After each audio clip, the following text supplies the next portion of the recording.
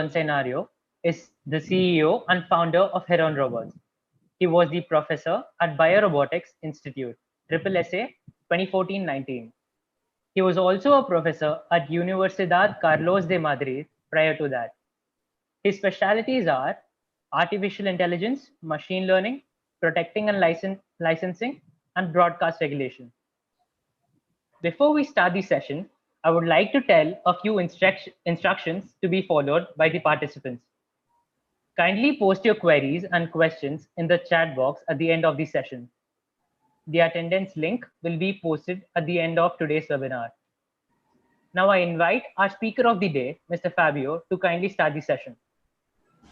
Okay, thank you for the kind introduction and thank you for the invitation. I'm very happy to be with you today to share a few information and a few ideas about AI and robotics, and in particular the importance of reproducibility and benchmarking in AI and robotics. My talk will first start from setting the context of the global challenges that we are facing right now as humans on this planet. Then I will give a kind of state of the art of where we are with robotics, and in particular the impacts that are already unleashing into industry, agriculture, and other areas. And at this point, after setting the stage, I will enter into the more specific content of this presentation, discussing why the experimental methodology that may seem a boring topic and benchmarking are actually extremely important for the future development of both robotics and AI. Finally, if we have time, I will show how this impact also the discussion about the societal impacts that those technologies can have also in our everyday life. So global challenges. So you know that, and this is the somehow optimistic forecast of the United Nations, the population of this planet, which is now 7.8 billion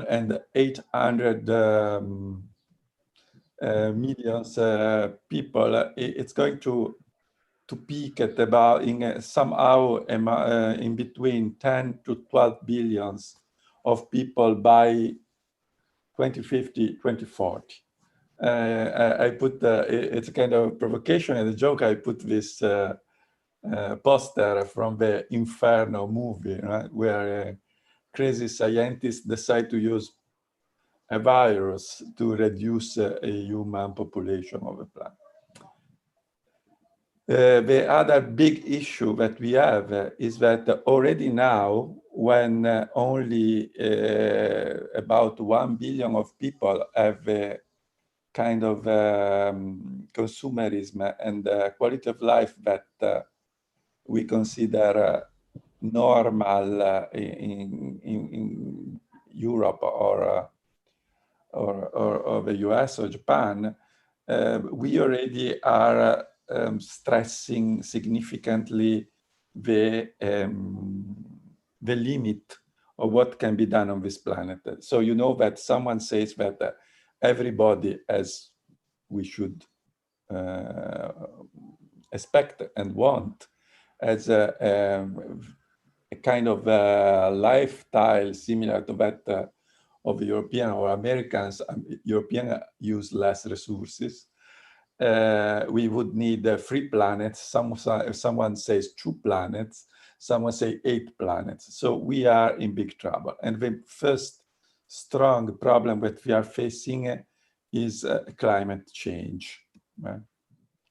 Another interesting issue is that while in many countries, we are talking, in particular Japan, you see the blue country in this in these slides, we complain about the aging of the population. Actually, what is really going on is something different. So we have we have an aging and shrinking population in the area of the planet, in the areas of the planets where we have wealth, resources, technology, and while we have a boom of population and a very young population in areas typically Africa where there is basically no infrastructure, no education, no. So this is going to be a serious problem. And then I will go fast on this, you know, that all these changes are creating mass extinction, and I spare you the more negative forecast on what could happen. I just wanted to finish this introductory part by telling you what's the rationale, the scientific rationale under the COP21 agreements in Paris. The point is that there are basically two, we think, there are basically two levels of equilibrium in the regulated Earth system. One is below 2 degrees from plus 2 degrees of average temperature from where we are now. And it's something which is manageable and will slowly go back to normal. The other is if we pass the threshold of 2, that could be 2.5 or could be 1.5, we enter into another limit cycle, which is 8 degrees more than now and 20 meters of sea level more than now. So we have some challenges. Why recalling you this in a presentation about robotics? Because if you think about, and this will be more clear later, if you think about to face such kind of challenges, which in a sense imply to redesign all the manufacturing, all the service, all the agriculture, all the logistic networks of the planet fast, we have a problem, which is that despite the population growth, we probably don't have enough people to do that with current technology. We need a significant increase in productivity. And so what a single person can do with 1 hour of work. And this is the great promises of AI and robotics. So I don't want that the AI robotics will save the planet, but they are part of a solution. So because we cannot imagine with current level of productivity, to to organize such a massive transformation of the way we do economical things in our society. This is true everywhere. It's true in all industrialization country, but also in you, because what is going to, we are already under stress, and everybody has a right to to the kind of development that we already had in many places. So robotics. Robotics is actually not a new idea. We have example robots which are even thousands of years old. The main idea of robotics is to have a moving mechanism controlled by some kind of what modernly we call the state machine, and modernly we implement on one or more microprocessors. But basically, the principles are the same. So in those old robots, you had a clock. In modern robots, like in these androids by Hiroshi Shiguro, you have a state machine which is implemented on a set of microprocessor where governed by a number of programs. I mean, the idea itself is, this is a famous Western philosopher, as you know, Aristotle. Actually, the idea that, so it's this is taken from a book by Aristotle about, it was called The Republic.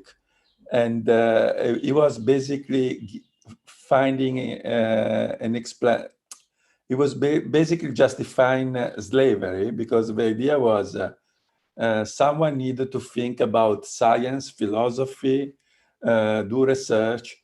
So we need someone taking care of other things like cleaning the offices. That's why we need slaves, was the argument by Aristotle. But already Aristotle said, of course, if we had machines that could govern themselves, we wouldn't need slaves. And if you think about this is still the big promise of robotics. If there are works which are dangerous, which are dull, which are just boring, we have a significant hope now to delegate those work to machines. So in the past, there was a kind of game that I have more power than you, so I do the professor and you clean the floor. But this can change thanks to AI and robotics. So the novelty is that we can really do what Aristotle was just dreaming of. And then this is interesting also, that if you read the text, you see that Aristotle, just from a poor conceptual analysis, because the robot were clocks moving mechanical parts, understands that if you want to have a real robot, you needed to be able to anticipate the effect of your actions. You needed to understand the context. You need to understand the interaction with the humans that you are helping as a robot. And so Aristotle was already clear to Aristotle, this is somehow lost in the English translation, that you need AI for robotics. You can't think to have a real robot without having some kind of artificial intelligence. So yeah, I tell you, this is a robot which was built in that age, in the 18th century, which is basically governed by a clock, but it was programmable. You could, this robot is a robot writer, which is able to write a short phrase of 40 characters. So this is to say that and these are the famous Karakuri dolls, Japanese, same age in Japan. And this page, the page that you see on the slide, is actually from what is probably the very first handbook about robotics, which is published in Japan in 1796. So what's really changed? Well, you know, maybe you know, maybe you heard already. What is really changing is that if you have to implement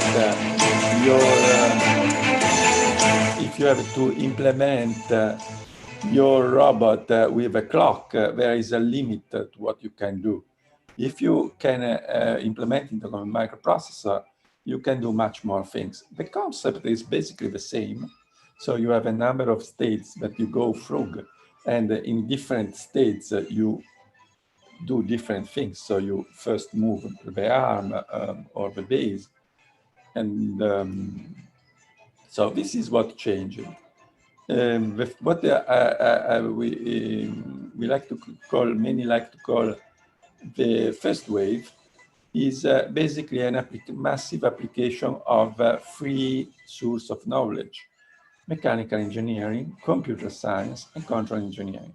And what you can do is this kind of robots, for example, welding robot, painting robots, that in the car industry, in the fridge industry, in the washing machine industry are absolutely necessary to do everything. It's like thinking of writing, not using robots cannot be conceived. But if you go to the numbers, you will see that you have one robot in Korea, South Korea, where we have a massive utilization of robots in the factories. They have about 6 robots of this kind every 100 people. And this is not much, because you basically have robots in the final stage of the production chain, of the supply chain, and not many. We will discuss why. Because on the one hand, industrial robotics is an extremely successful area. It's a must if you want to build everything in an industrial setting, but is not a serious limit. But we will see more about this. What is happening right now, and this is a process which is developing, so it's under developing, is that let's say 5-10 years from even 5 more than 10 years, the possibility Internet of Things, machine learning, and artificial intelligence are greatly expanding what you can do with robots. Before, those welding robots were pre-programmed blind machines that could do, they could be programmed to do different things, but after weeks of work, and they were forced to do some specific things. For example, they couldn't look into a basket and extract objects of different kinds from the basket. That was impossible until now. Now this is possible. And those of you who have some familiarity or have some understanding on what's going on in a factory understand that, okay, now we can do things that before couldn't only be done by people. You say, so you wanted to replace people. Well, I told you, we are facing such tremendous challenges that we really need to make people do the most that they can do. So we don't want to waste people to take objects from a basket. And now we are doing that in many, many, many places. So I was talking about, and this is already giving a tremendous development in, so there are more and more applications in the industry. And now, not only in the industry, now we have drones, what is here. So the utilization of robot is growing fastly. Why? I already anticipated you why, because I can do stupid things like taking objects from a basket in an automatic way. While before I needed to force someone to do that. And so in some way, what this makes possible, for example, in the industry, is to have a level of flexibility that we before only had with craftsmen, no? So before craftsmanship, artisanship. So before you needed if you wanted a tailor-made jacket, you needed to go to a human working by hand. If you want a jacket which doesn't cost a lot, you need to buy a mass-produced industrial jacket. This is what is going to, if you want a car, so cars, so you have many optionals, no? You have options when you order a car, and you can choose among a number of brands, of different car brands. But what is really possible now is that every car is different from the other one. It's something that people has been dreaming for many years, which is called mass customization, which means that you can have tailor-made at the low cost of industrial production. This is important because what we have seen, for example, in car industry, but in every big, it's the same for washing machine, for buses, for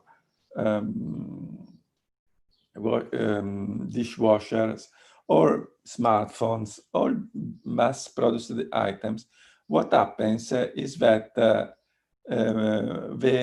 how much and the quantity and the mix of what the customers want change in a turbulent way. You might be familiar with the idea of a turbulent flow in the pipe. Exactly, the market is turbulent. So it goes up and down. People now, one day want pickups, and the other days want coupe, and the other day want nothing. And this, if you have a rigid or just versatile, like today we have a production line, means that there will be years when, for example, car industry makes a lot of money because they work at full capacity. Then you will have years when they do nothing. They lose a lot of money because they have to pay the mortgage on the plants, but they don't sell enough cars. This is why, because let's say, this is a joke, but to give you the idea, because last year, every people wanted the red cars.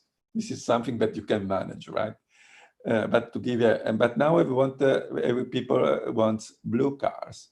And if you have a warehouse full of red cars, the value of your warehouse go to zero, while you would like to be able to produce as much blue as possible. By the way, of course, painting is something that you can already change.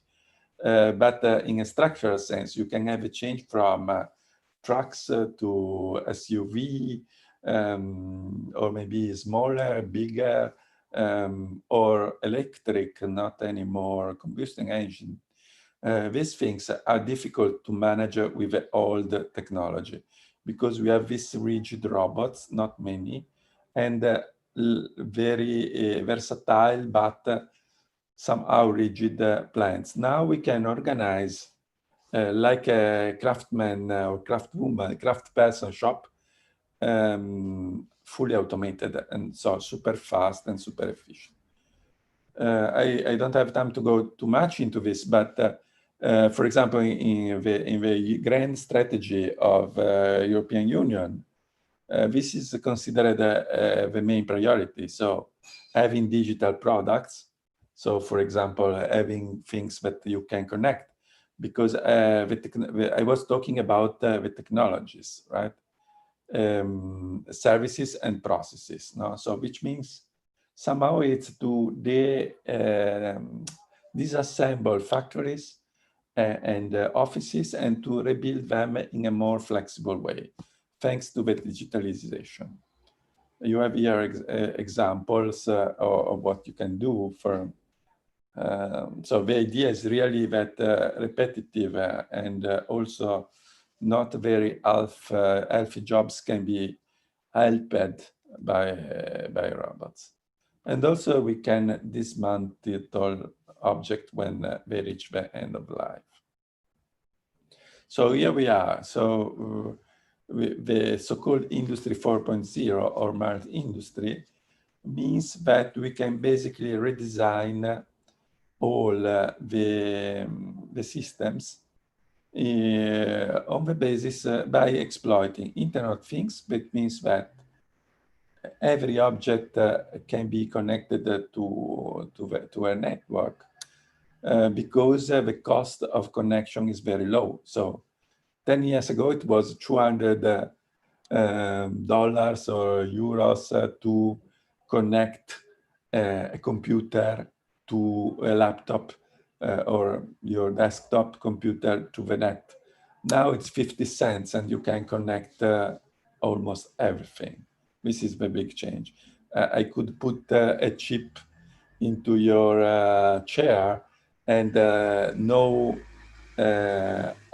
your weight or how you are sitting. So you may have your chair checking if you are sitting in a proper way. And this is mainly due to some breakthrough that we had in 3 areas. These areas are Internet of Things, and I was talking about that. So you can connect everything because the cost of connection is very low. We have machine learning and deep learning, which allow to identify patterns and trends. So you can, on many smartphones, you have a voice assistant. This was not possible before the recent progress in machine learning and deep learning. Now, if you have tried, it's not perfect, but you can give simple commands to the smartphone. And if you can give to the smartphone, you can do to a machine, give to a machine. And if you have this kind of technology, you can recognize images. So you can look into the basket and recognize different objects. Or you can recognize patterns for example, in Facebook usage, but also in faults into the washing machines that are produced in a certain plant. And the other is the possibility to have some planning. So having done some progress in this 3 area is actually making possible a complete redesign of the way we live, with a significant increase in flexibility and in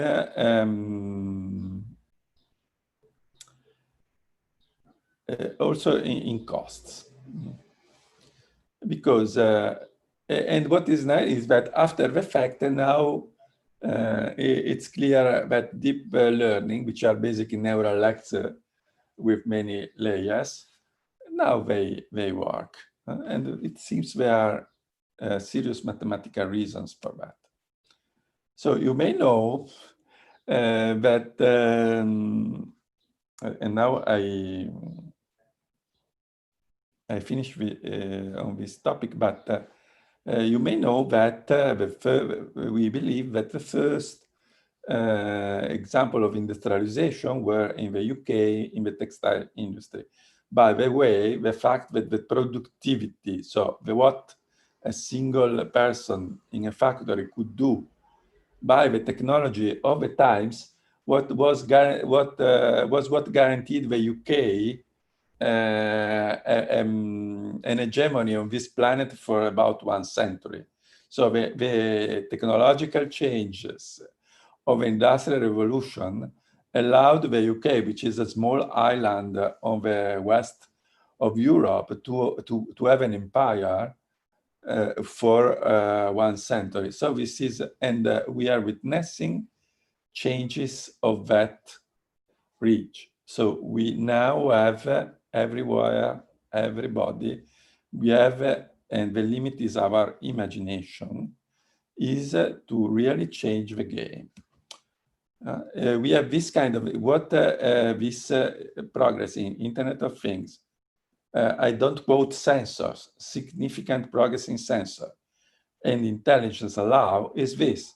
So to have the humans working together with a robot, that before was not possible. Even humans having an exoskeleton, which means that you wear the robot. This was not possible before because robots were programmed, and if you were on the path of a robot, your life was at risk.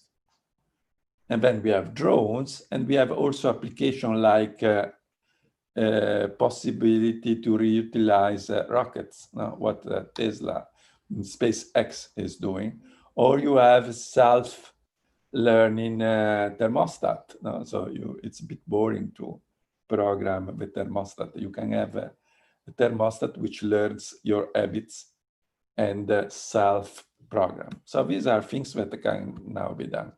You can have plenty of other application.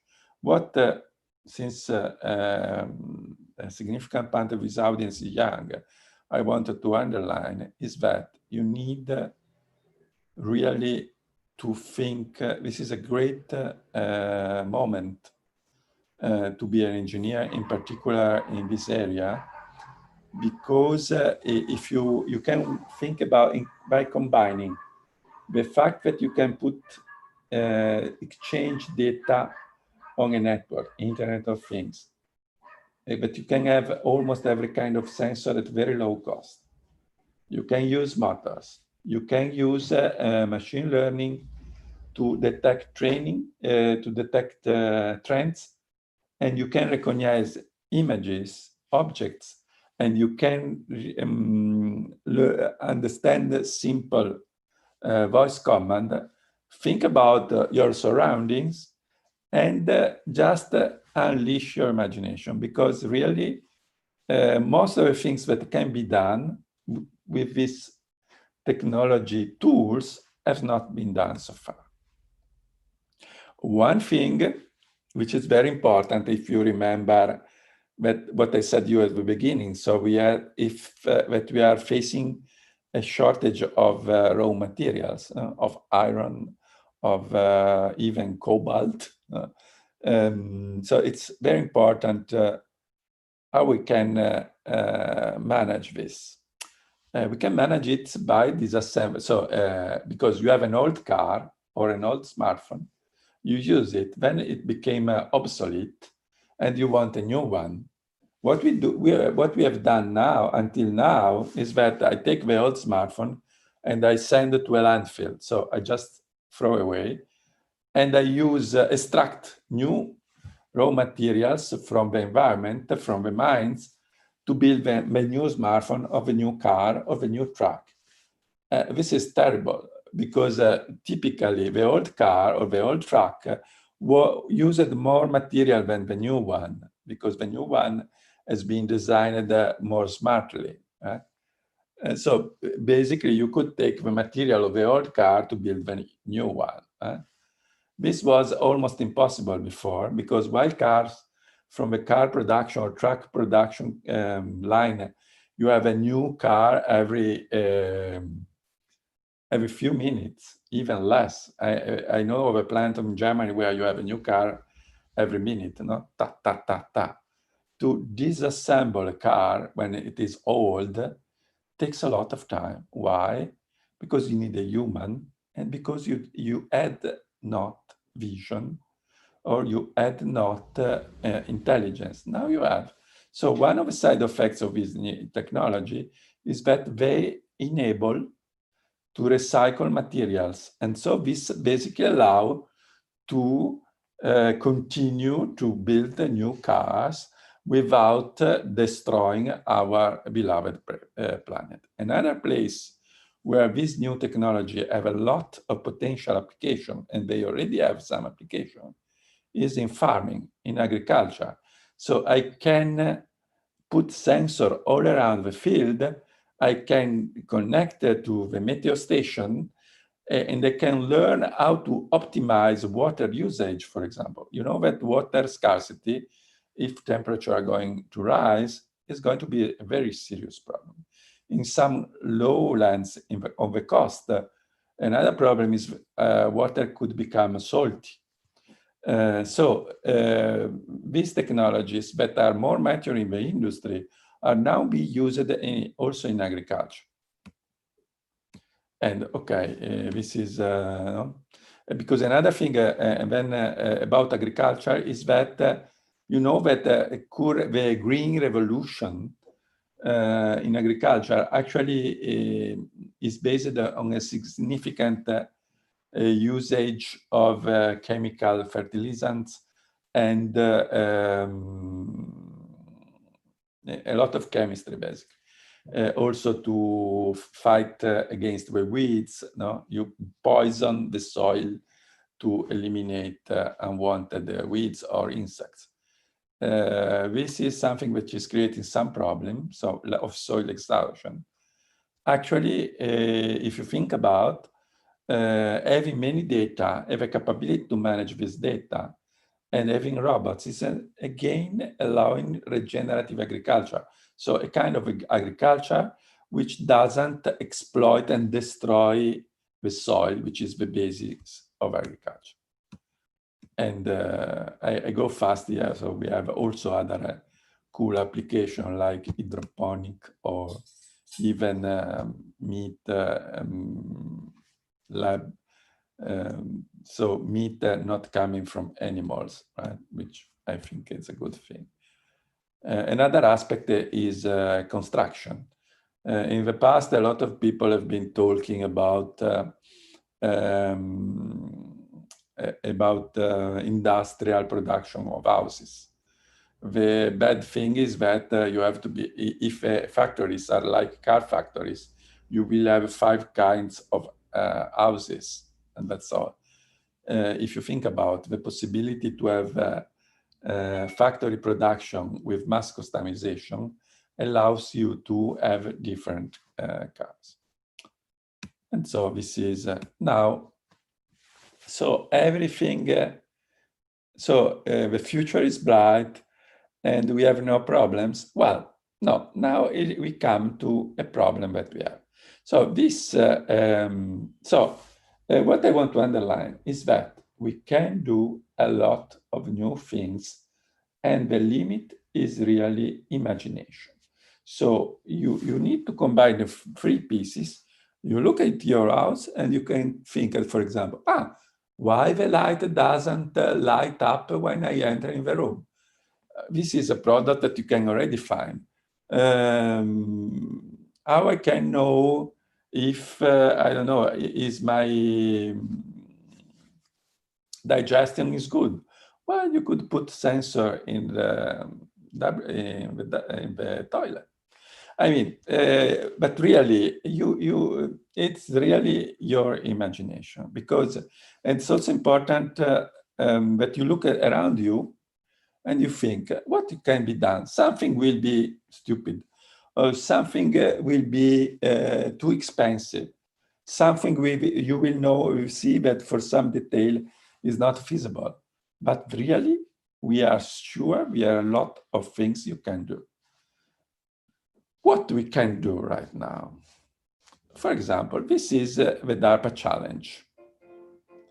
The DARPA challenge was basically, DARPA is the military research branch of the US Army, right? They wanted to see what you can do with robots, humanoid robots, now, what is possible. They did this in 2015. And basically, the challenge was to do 3 very stupid things for humans, not for robots, as you see here. To open a door without falling, to sit down in a car, and to operate a valve. Okay, what happened is that those very expensive and complex robots were able to do that 5 to 10% of the times. Well, most of the time, you had that. And what is even worse is that the DARPA commissioned to Oli Yanko, who has she's a professor at the University of Maryland, to do a kind of background investigation. For example, how many people are teleoperating the robot during the challenge?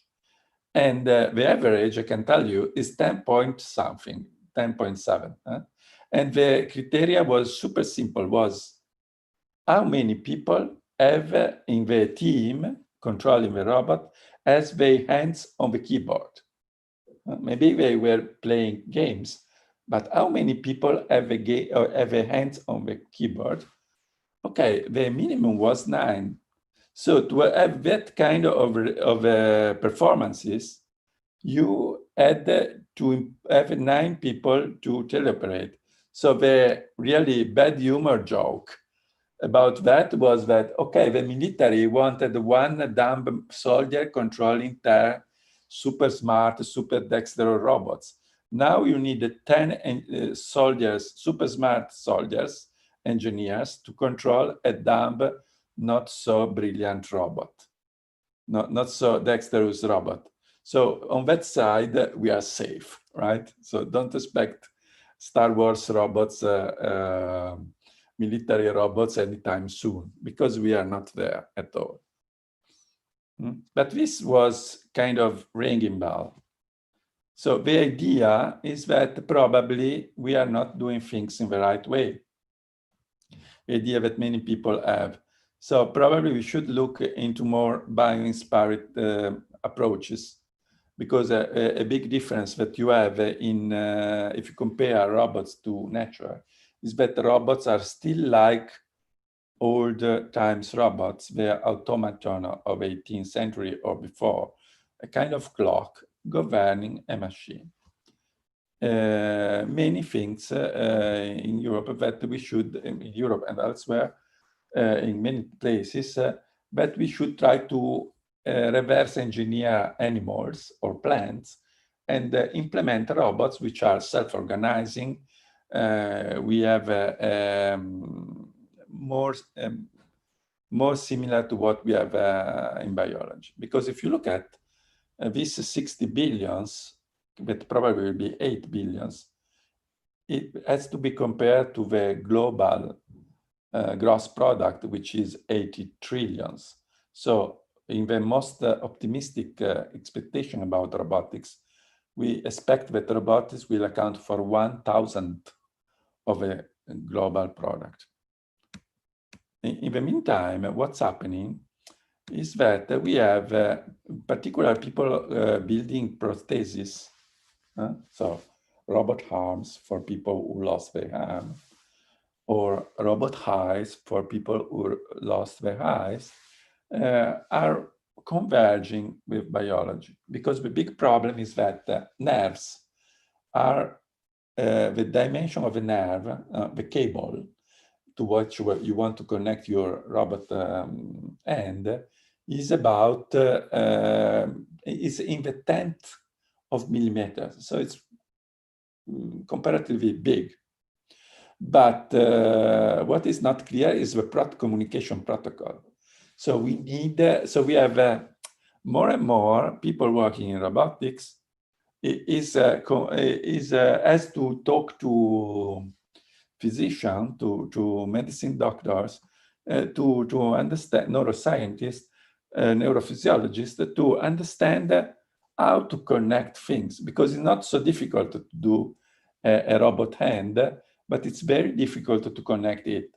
And you have this kind of ventures like Neuralink or the company by Mary-Lou Jepsons that are working on high bandwidth brain-computer interface, which means a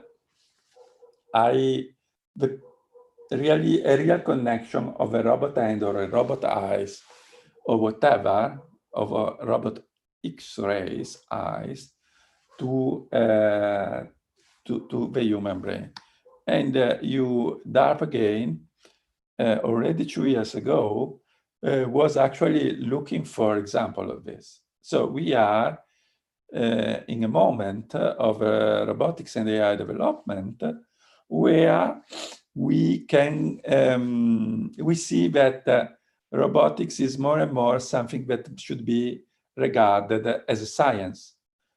The science of how you can engineer a physical system to have intelligent behaviors. For example, avoiding, if you have a self-driving car, avoiding obstacles on your route. And you have initiative like this, you have science robotics, you have nature machine intelligence. So what's an immediate problem that raises when you see things from this standpoint? So it's not just engineering, but it's also science about how you can emerge intelligent behaviors from a physical system, or you can engineer a physical system in such a way which is intelligent. Immediately you have a methodological problem, because if you are a scientist, your experiment needed to be reproduced by someone else. So the principle, while if you look with this from this standpoint to the robotics literature or AI literature, what you see is that it's a lot like, look which marvelous things my robots can do. And then you learn from the DARPA challenge that, yes, it does it 10% of the time. But this is usually not put in the reports, in the scientific reports.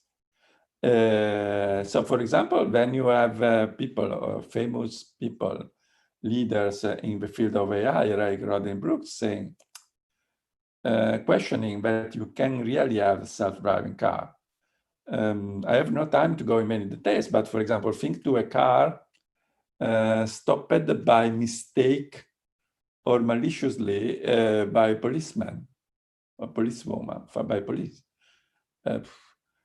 Our car, the self-driving car, can interact with police if there is not a human. So maybe it's just taking luggages to the airport or some food to another side of the city. So,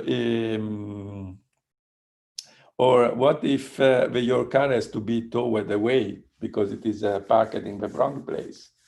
Or if it enters one-way street, but there is an unexpected block on the street. So there are a number of edge cases which actually require, Brooks says, artificial general intelligence. I would say you require, for example, that you have some kind of teleoperation. Another guy, which is very famous, is this video that you can find of on YouTube, is Boss Town, so it's fake, it's an intentional fake, and it's an open and well non-disclosed fake. It's about this famous robot by Boston Dynamics. Mark Baribert is the founder, the main scientist, the godfather of Boston Dynamics. And if you read here, what he says is, again, 1 every 20 times it works. And probably since they are probably the top in humanoids robot, they don't have usually 10 people to teleoperate the robot, but they have 3, 4, according to my personal experience. But again, so you see the video on YouTube, but you don't know how many times it works. So what the community, the robotics community, the AI community, the intelligent robotics community has been aware of this for some time. Actually, at least 10 years, in the latest 10 years, this has been discussed. So what we need to know how many times a given method works. And we need to be able to do something which is the basis of the science, is to reproduce experiments. And this is the basis for benchmarking, because if I cannot reproduce, I cannot measure if a system performs better than another one. And so there is been a lot of activity. Only recently, it is possible in a single journal, which is the Robotics and Automation magazine, IEEE Robotics and Automation, to publish reproducible articles. And so far, one has been published, and there is another one which has been accepted. So we are really at the beginning of this, But this is a very important issue. We are not alone in robotics and AI for that, because you may have heard that even in medicine, where they have a long experimental methodology tradition, and all very old one, due to the pressure to publish, a lot of dubious results have been published. In robotics, it is from the moral standpoint better, because we basically don't have a shared methodology. We are just at the beginning of that. But the main idea is that if you can do a reproducible experiment in medicine, you can do in robotics, because whatever you think of this kind of machines that are probably among the most complex machine ever built, is nothing compared to an ant or a spider. So if they can do that, we can do that. And also performance evaluation is important even for for housekeeping. So which vacuum cleaner should you buy? The Roomba, which is based on an emergent subsidiary architecture, or the Dyson, which is based on SLAM and costs 3 times as much. You need a criteria, and this criteria is underdeveloped. So what traditionally we did in robotics, and we most of the time still do, was to have this, what I call a description. The description is what traditionally was a journal paper. So I tell you what I did. What you have more in a reproducible article is the data sets that I used to find out my result. The code, or the possibility of a code identifier, or which software I used was on my robots, and a description of the hardware, or the name of the hardware. So I needed to be able to do again what you did. And this is, and then I should do some statistics. So in very rarely you have, for example, in a paper on a humanoid robots, you know how many times it can cross. It can open the door without falling. This has to be given. Then you have some basic and also criticized approach like the p-value that almost nobody uses in robotics. And then on the other side of the slide, you have the very nice, list of the many statistical methods that you can use to show if your methods work. Then ACM is doing something similar to IEEE, because IEEE is really pushing on reproducibility of research. ACM is doing something similar, but the benefit of ACM is that they have in ACM, American Computing Machinery, is that it's all software. The problem with reproducibility in robotics is that you have hardware, because robots are typically hardware. And this creates some issues. So let's say the very first collection of articles aiming to be reproducible was publishing in 2015, so not a long time ago. It's not because we are bad in robotics. It's because if you think to the typical high school experiment, right? You have an equation of a pendulum, you can calculate the period, and then you can measure. If it is a big pendulum, you can even use your heartbeat to see if the period is what you expect. In robotics, and then you have modern physics experiment, like the Large Hadron Collider. So it's still the same thing. It's 2 beams of particle colliding. In our case, it's more complicated. We have many layers. You have protocols of communications. You have motors of legs. And the robot can fall for all this. So we are closer to, if you wish, we are closer to medicine as a context. So there are some work on this. So you see, this is 2009, June. It's natural machine intelligence, editorial, saying that we are moving back. So luckily, roboticists are starting to think as scientists.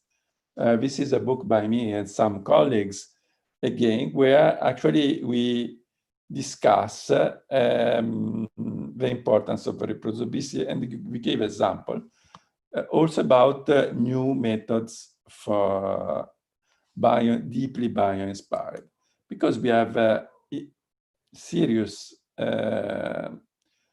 paradigm, so really conceptual high-level issues. Because if you compare the robot, this is a YouTube, if you check in YouTube, Honda falling from stairs, you will find this very funny video where you see a sophisticated humanoid robot, but put the feet in the wrong place and fall in a really bad way. On the other other picture, you have the inner working of a cell. Again, in YouTube, you can find a video about that. Harvard, inner life of a cell. And the principle of organization are opposite. The Honda is like old robots. So you have a top-down architecture with a number of programs running on microprocessor, taking images and sensor data, elaborating them, planning, and put the feet on the next step. Here you have a lot of individual parts stochastically developing an emergent behavior. So these are two extremes, life and human robotics in the early 21st century. The approach is completely different. Many people think that you should go in the direction of life. But how I can decide?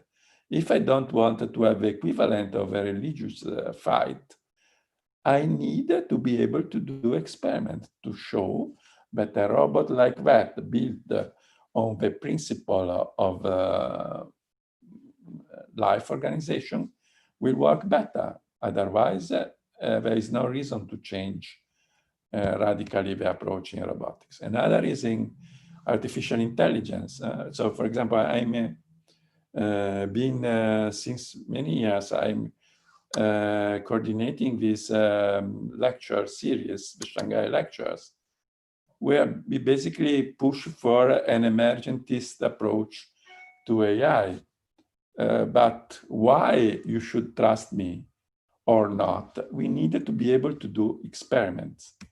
Another issue is my colleague Cecilia Santana has a concept of soft robotics, which is completely different from my colleague at DLR, Al-Bushaffer. Al-Bushaffer thinks that a soft robot is a standard robot with some spring. Cecilia thinks that is completely distributed sensing and actuation system. Who is right? We need experiments. So I think I can finish here. I just give you a number of reasons to think about benchmarking. So why I can test an autopilot? Why should I take seriously this terrible prediction about employment in the UK by the Osborne and Fry report from Oxford? What I can really expect, what people should do, all this, how I can manage all, can I really put a robot in the house of my grandparents, in your case, or parents, in my case?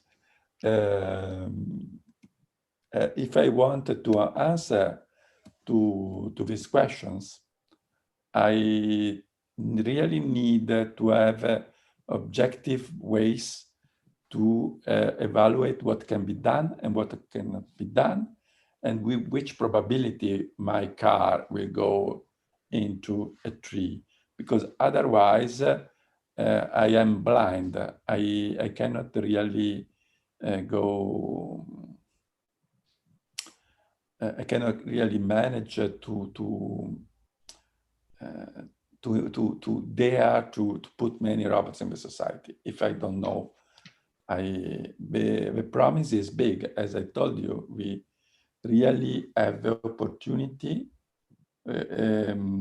now to implement those technology based on IoT, machine learning, some AI, planning, and object recognition, and really change the world as it is now. Then the promise of a really new paradigm, robotics, to do the robots that you see in the movie, which is more distant, can be 10, 20 years, is even bigger. So we have excellent, so I started with the big challenges that we are facing, but we have excellent chances to cope with those challenges and really build a much better world for everybody. It is in our hands. So thank you. Thank you, sir, for the very informative and fruitful session. So there are a few questions from the audience. Let's proceed with the Q&A session. Yes. Yes, please. Yes, sir. So the first question, what are the possible risks of an industrial 4.0 solution? For? Industry 4.0 solution, sir. Sorry, I don't, yeah. The first question is, what are the possible risks of an Industry 4.0 solution?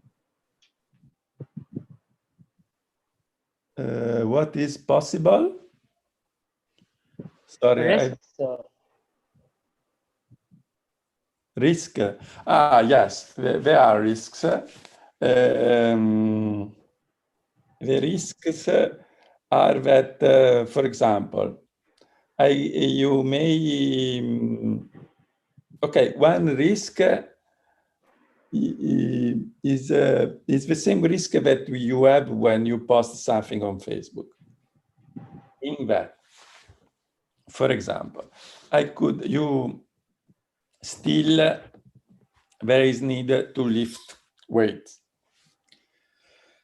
You may lift you may lift a weight to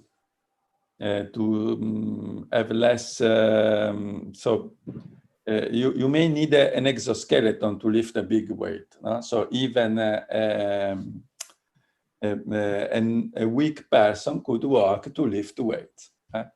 I could trace, acquire the data of your efforts to help you in lifting the weights properly. It's a kind of training exercise. You look on your smartphone or on a screen and say, no, this is not the right way. This is dangerous for your back. You should do this in another way.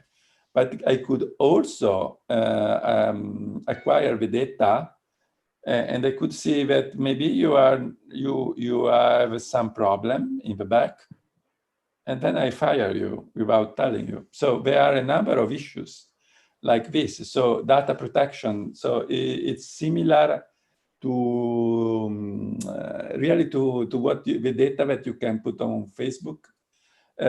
So I can say, the same way that Amazon can suggest you a book.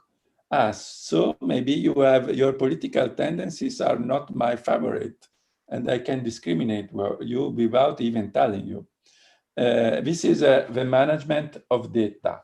Then you have other issues that could be related to to security, but in another sense, an hacker could enter into your factory and stop it.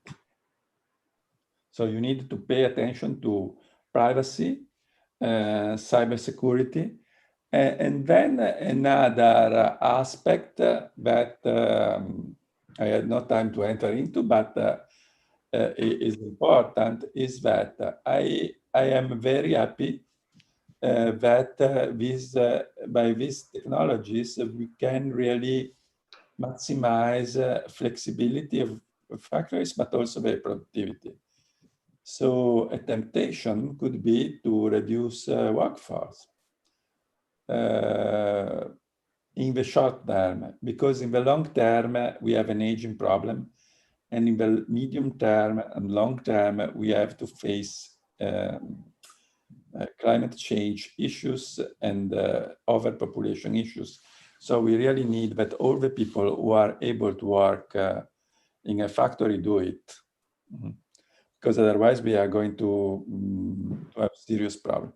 So another kind of risk are improper management by the society of the challenges. So because so there are risks, but it's the risk of every technology, because technology increase the power of the people who have the technology. So you needed to spread this power in the society, and you needed to use it wisely. Otherwise, I see it through. So the extreme ends are the new renaissance for the masses, where every person lives by a renaissance prince, or Blade Runner. So it's up to us to really to be careful. On the other hand, I'm not also so worried by the unemployment risk, because I told you, you can really imagine a lot of stuff that before didn't exist. So, but really, I see main problems in security and privacy. And I think there is an issue that needs to be managed at societal level, how you use this productivity. I hope the answer is what you expect. Yes, sir. So, Yes, sir. yeah. Hopefully they'll answer it. Yes, sir. So the next question is, can we fabricate nanorobots for killing viruses in our body? Thank you for this. Is a very nice question. Actually, one, of course, since I didn't want to keep you here all the day, I was fast on biorobotics, bioinspiration, and biomedical application of robotics. One of the application is for sure nanorobotics. And in principle, you may think of using nanorobots for doing, for example, nanosurgery, right? Sometimes it may be a good idea. This could be 10 years from now, but it's something that you could think about, like in the movies, you inject many nanorobots. On this, it's important to, and this I think clarify more the idea that I was pushing of the fact that boundaries between, for example, biology or robotics are blurring. For other applications, for example, killing viruses, we already have robots in our bodies. They are the lymphocytes. So a very new problem that you may have to face when you think to this of frontier medicine or frontier robotics, and they are together, is if it is better to build a nanorobot or to genetic engineer a lymphocyte. That, from our standpoint, the robotics standpoint, is a robot, is a natural robot. So you know that in factories you have a make of buy. Should I build this piece of equipment into my factory, or should I buy from another supplier? I think that on this kind of frontier application, we will have a similar issue. Should I build a robot, or should I engineer a cell? Maybe by spreading a virus to modify the cells. For example, in the case of genetically inherited diseases, you may think that you infect intentionally cells to correct the genetical mistake. But yes, this is a very interesting area of research, because you need to think to these small systems. You need to how to guide them. For example, one approach is magnetic. You may program them to follow a chemical gradient. So it's very, yes, the short answer is yes. And slightly longer is there are already robots in the body. And maybe sometimes we need just to engineers that already existing. But it's very interesting that we have this kind of problems. Thank you for a very nice question. Yes, sir. So there's one more. So will the robots work best in armies or police in the future? And what are the other fields that robots may surpass humans? Yeah, but this depends on the time frame. So if you think now, if you think in 10 years, if you think in 20 years. And then if it is 10 or 20, depends basically on us, how fast we progress in research. I think robots can be, in the end, it will be possible to use them for almost everything. So now you must be careful. For example, we may have soon self-driving cars, but not fully autonomous. So we will need to be able to have a kind of control room from where a human can connect and talk to the police, or to manage a strange situation like you entering the road and it is blocked. Now your current technology self-driving car would stop. Then I think we can really revise completely industry, agriculture, and many services, because call centers, probably many questions to a call center could be managed, and they are already managed in many cases by a program. So I would say that if you think short term, the main places are really factories, hospitals, so partially structured environments. And you need to think that the robots and the AIs work together with some people, because the higher level of cognition, of intelligence, are still not possible to be automated. And also very fine, for example, cleaning a glass is still very difficult for a robot. But in all the other, so you need a lot of ingenuity in this phase, short term. Long term, I don't see real limits. The limits, so in practice, we may really envision a society where really every person is living like a prince, because there are plenty of robots doing everything. But this is not tomorrow. This is 20 years from now. 10. Yeah. Yes. So there's a last question. How sustainable development by UN SDG help in Industry 4.0? How? Sorry. How? How sustainable development by UNSDG help in Industry 4.0? Very good question also. Yes, this is really one of the things that we can do, say now, next 5 years, so in the short term, because it's something that I touched in the presentation, because one of the reasons why the previous phases of industrialization were really unsustainable, because the idea was you take material from the environment, no, from a mine, but you pollute the environment, and then at the end of life of a product, you send everything to a landfill. It was not because they were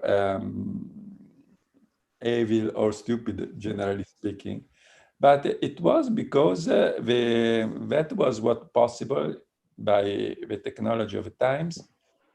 And that was also a different society for us, because now we are a lot.